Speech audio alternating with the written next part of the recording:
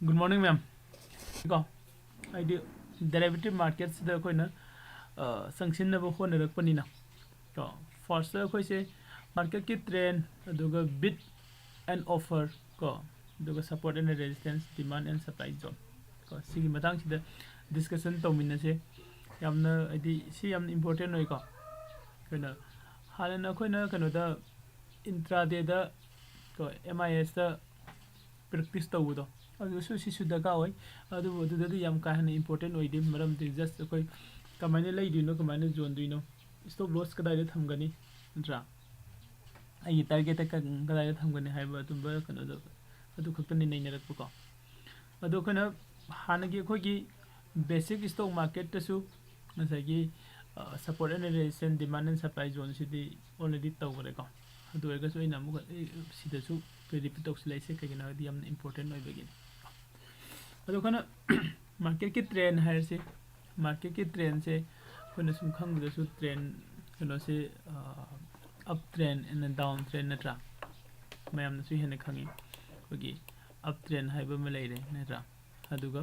down trend हाइबो मसु लेरी को up trend down trend लेरीबा कोगी कनो से स्ट्रक्चर से मार्केट की को से सिना अप ट्रेंड ने सिना करीबा sideways ne duga sina down trend ko sigi trend sing se da koi na aidi sigi trend siga ngasai gi bid ko bid and offer siga natraga na bid and ask size so ko ASKR so bid and ask siga kari aidi mari laina rai no adu khutang natabada ngasai gi khoi gi market ki laiba ko market se suppose sida up trend de lae tra sanung kumure amuka khale ka khalaga sigi mafam se jorok matam da market se makharom da kumok tuira mathagom da ka tuira haibagi haifet khoina yengba yaba khram chu leiri ko sai sida khoina leigri ba si khoi rejection am leige ne sida khoina supply zone ne hena khangam me ko khale si hairiba supply zone sta market se amu hana tas tawra ga di ma se makharom da tarak pa yabagi chances leibu ko अदो सिदा मखा में ज़्यादा तारक पर याबगी chances लेरे को मतम से सिदा मसागी बिट का बिट एंड को कोई ऑफर नटरगा आस्क का bid and ask buyer and seller की रोल से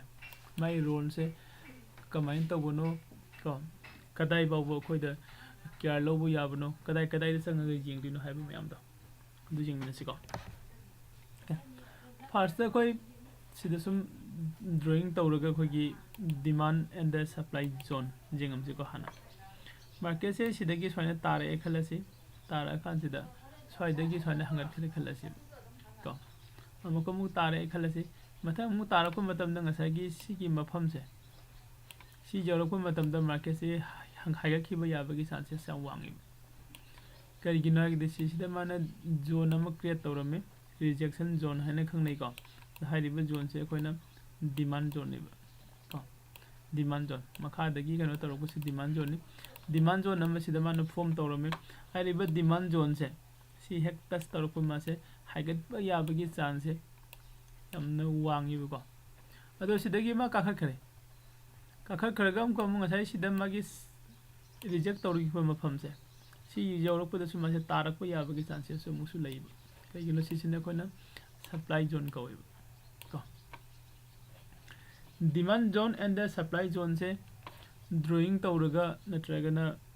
iraga ko natragana alert tawraga de lawai ko mayam demand and supply zone si de khoina leiriba market ki chart to dagi no tawjaga dam ne ba haidi find out tawna ba hona ga tawbu ko supply zone kadai de leiba sita supply zone leigere de swai sida mu supply zone la ko yabra ga haibu ko aduga demand zone se soida ma form to gare dudi foreign market sin high tara kan da si jawra kan da ma se high gal ko yabra ga haiba sum do nga sage sigi demand zone supply zone jok silak ko matam se si da koi na khare he na to koi da okay so yodi high gal ko yare natraga so yodi high tara ko yare haiba gi keno se bid ko magi bid tawriba aduga as tawriba haidi lay ye haina ko bidding tawraiba aduga ai jonjege haina offer tawraiba masingdo number of offers and the number of bids adu yengaga su okay market se soidadi lekhalak yai soidadi high thrak yai haido idea lobu yagani ko 100% oigani have nate ko sisima leire ko aduga sida khona support and resistance haiba amasu yauriba ko sida yaudra support and resistance su demand supply se samana ko adubu support and resistance de kai doge kanda ma se hanana already id kano tawraga define tawraga pre-defined point ngaktani beloina sumana line adum olna leirangani the market se sidai ka khale khalasi sidai se resistance ne resistance se jawsila gadi ma se somda high thara pa yai natraga na si resistance se thugara ka gi ba yai natraga ne resistance ki manakta nap ka sat ki bisu yai ko sida market ki trend ko market ki trend sida ka ha kai sina ngasai ki up trend duni sida ko kono kono kum dege down trend ni ma yai da chali sina sideways ni yani ko मैं sideways ne okay adum sagi sida market se sideways nga hakchala maga thugaira ga ka khare khalasi ka gare ko duga si tas taure sida mu supply zone ama mu ko gi supply zone hai su ai ko duga singbadi si mane line level si support resistance ne resistance se mu thengure resistance se thenge tawroga natraga thenguraga high tharappa matamda nasagi ko gi sida karakpa matamda sida ngakhiba resistance oina work tawramba kano se मासे अमुक support ओइना अमुक work तौर को सुयाई हाइबदी आइन हाइनिंग से कइनो support ओइना work तौगिबा कनो से मतम खुदी मक्ता सपोर्ट खतंग ओइगनी हाइबसु लेतिबु को दुगो रेजिस्टेंस ओइना वर्क तौगिबा को पॉइंट से मतम खुदी मक्ता रेजिस्टेंस ओइना वर्क तौगनी हाइबसु लेति मासे समटाइम्स तो मार्केट से की मतुंगिना support or resistance resistance when labor shape so support and resistance na karino harigadi ko ai amuka repeat tawrake sagi sida sina resistance ni khalasi sina support ni khalasi ko market se sigi manung sida chale khalasi ko market se sigi manung sida chapa matam da mathak te lei sina resistance oiduni makha da la kan sida mark tu se sina support oiduni ko yani ko adu support and resistance support se an ba support se thugai ga makha da kum gare khalasi sida support amam su la kani hai river support se amuk thugai ba ngam dana ka khale khalasi adi ngasai gi sida support oiram ba se adi resistance oirani ko hona support and resistance aduga demand and supply ko hai rising se rejection gi zone ngakani hai river matam sida khoina करमाइना यदि market entry तौदीनो को okay से suppose market से स्वाइदगी स्वाइना up trend खरा खरा खरा का खले खलसे सी जौरे मु हाइदरे खलसे हाइदरे स्वाइ जौरे खलसे मु सुका खले सिदसे मु हाइगले सिदसे मु हाइदरे स्वाइन चले खलसे मार्केट से को सिसप मतम सिदा सिगी मफम सिदा कोइना सप्लाई जोन अम लेरि को स्वाइ जौसिला अगदी अइना सिदगी आइदी एंट्री चंगबगी येंगागदी को एंट्री अइना ट्रेड अमा लौरगा को अइना ट्रेड अमा लौरगा चंगे हाइरगदी अइ कदाइदे येंगदिनो मार्केट से हाइद्रक पैसिदा सेलर ओइना अइ एंट्री तौदिनिबो को अदुगा सोइदगी अइना मुको मु एंट्री तौगे हाइरगदी हाइगलकपदो ओइना एंट्री तौदिनि को ओके अदो कोइ डिमांड एंड सप्लाई जोन नत्रगा खोगी सपोर्ट रेजिस्टेंस को support resistance se han chang jing chi khoi chart ko chart se da leire siga chart se da jik leire se nifty 50 gi chart ne ko ngom do jik leire se market se ko hoji ki leire ba market se kam ba mong de leige har kan da mo ko market se haigal lei mathak ta market se mathak lom de karak pani adu bu si da supply zone am do hoji ma touch tawraga leire ye ko supply zone am the touch tawra leiri karamba supply zone si gi zone sini ko sidagi ma se ta gi ba yai ta ge de haino hona ru de du ta ba ngam de na si mafam se leiri ba kari gi no sina bayar gi pressure yam kan bai ni ko bayar se ngasi ngalang se dum bayar se amne strong na ka khalai ko adu ꯉꯁꯤꯁꯤꯁꯨ ꯊꯨꯒꯥꯏꯈꯤꯕ ꯌꯥꯏ ꯀꯣ ꯉꯁꯤꯁꯤ ꯊꯨꯒꯥꯏꯈꯤꯕ ꯃꯇꯨꯡꯗ ꯑꯩꯈꯣꯏꯒꯤ ꯉꯁꯥꯏꯒꯤ ꯁꯤꯁꯤꯅ ꯍꯧꯖꯤꯛ ꯑꯩꯈꯣꯏꯒꯤ supply zone ꯑꯣꯏꯔꯒ ꯂꯩꯔꯤꯕꯅꯤ ꯅꯠꯇ꯭ꯔꯥ ꯁꯄ꯭ꯂꯥꯏ ꯖꯣꯟꯅꯤ ꯑꯗꯣ ꯍꯥꯏꯔꯤꯕꯁꯤꯒꯤ ꯁꯄ꯭ꯂꯥꯏ ꯖꯣꯟꯁꯦ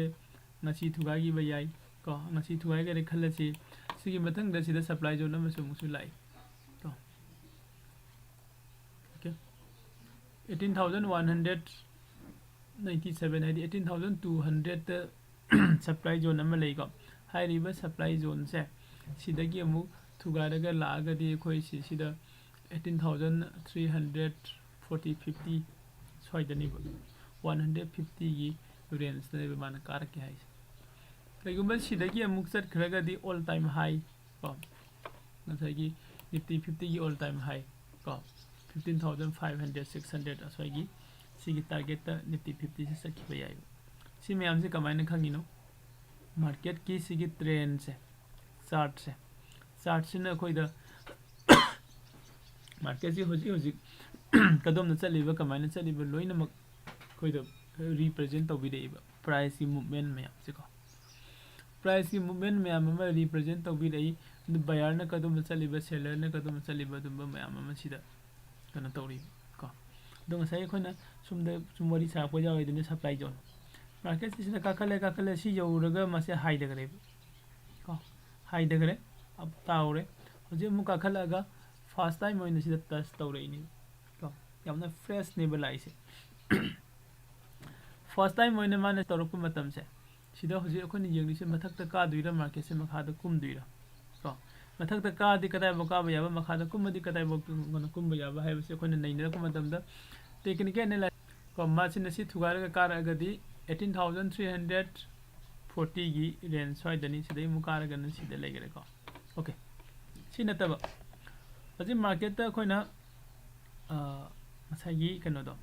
खोगी बिट को अस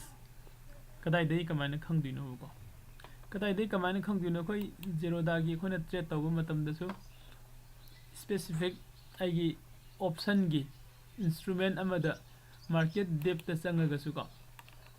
नंगी मार्केट की ओवर मतम द जिंगबियो नंग मार्केट के डेप्थ चंग मतम द सिदा bid order quantity offer order quantity साइन लेगनी को सिस्टम लागतो से बिट तौरे से को हाइदि प्राइस का याद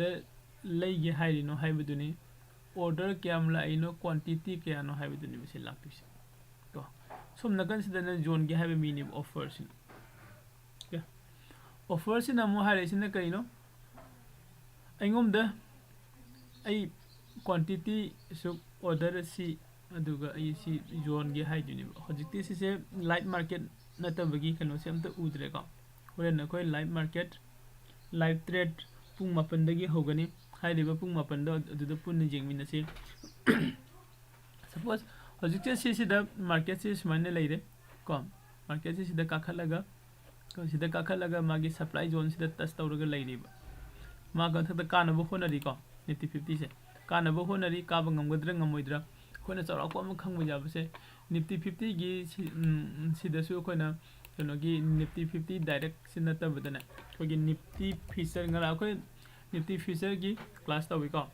हाइदि फीचर कइनो हाइबा ngara खोय क्लास तवे कनागुंबा फीचर से कइनो खंगदब लेरगदि ngara गी क्लास रिकॉर्डिंग वीडियो सिदा जारंगनी तो दु जिंगबियो जैसे कि निफ्टी को कनो से फीचर से सिदा कोई संगगा हाइफेट चेक तब याइब सिदा को सिदा कोई ने चेक तब कांदा डिमांड यामिब्रा नत्रगा सप्लाई ने जामिब्रा सिदा उगनीब कइगुम सप्लाई ने जामगदी मार्केट से डाउनलोम द लाखपगी चांसेस वांगेब डिमांड वांगगना मार्केट से अपलोम द लाखपगी चांसेस वांगेब जानी को मैम अदो सिदा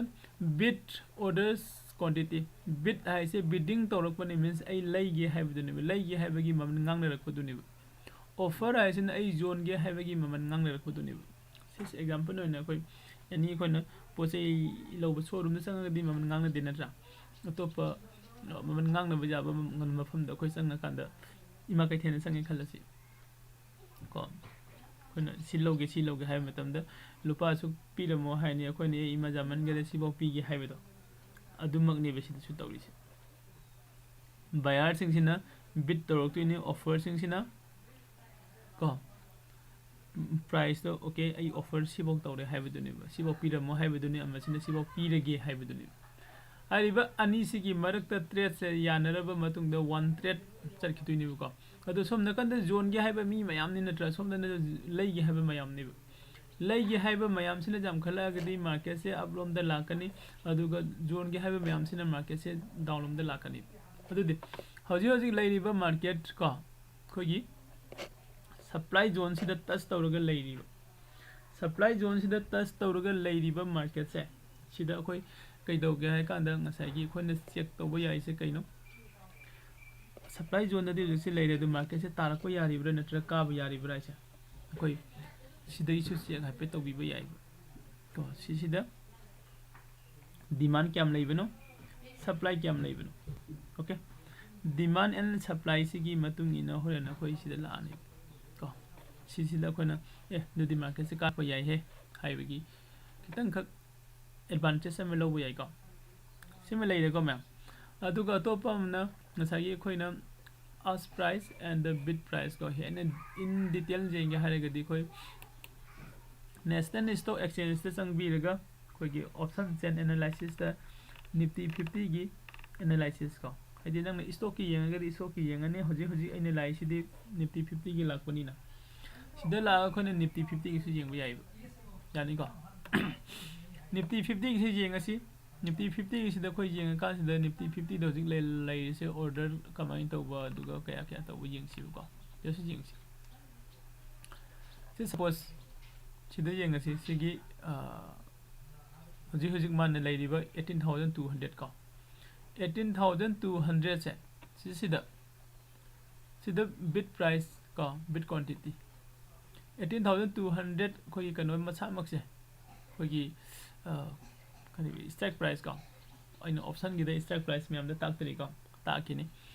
से स्ट्राइक प्राइस ने ऑप्शन की इंस्ट्रूमेंट हाइरिबा सिगी इंस्ट्रूमेंट से सिदा लैगे हाइरिसे क्वांटिटी 50 क्वांटिटी लैगे हाइरिबा मी मना को अदुगा मा प्राइस ने 60.1 को पीगे हाइबा zone gay हाइबा मिसिना ngomda haise quantity di ngomda 100 quantity lay aduga ngomda di zone basi di 60.65 the zone gani haibani yako sumana kona option chain analysis da isu as price haidi kana kam damna bid tawriba karamba price tawriba haidi specific kano do khoi specific kano magi ko si khangba ngame ko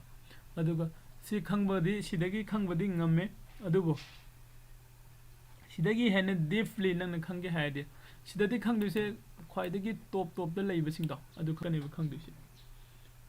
top the लैबा means साइ कोन सिदा Jenga कांदा सिदा bit तौगे हायबे bit ma'am लाकनी बसिदा को 20 day फो येंगबो याई को कोन Nifty 50 कनो संगगदी जेरोदा को अदु सिगी ख्वाइदगी मथक the top the लाक्तु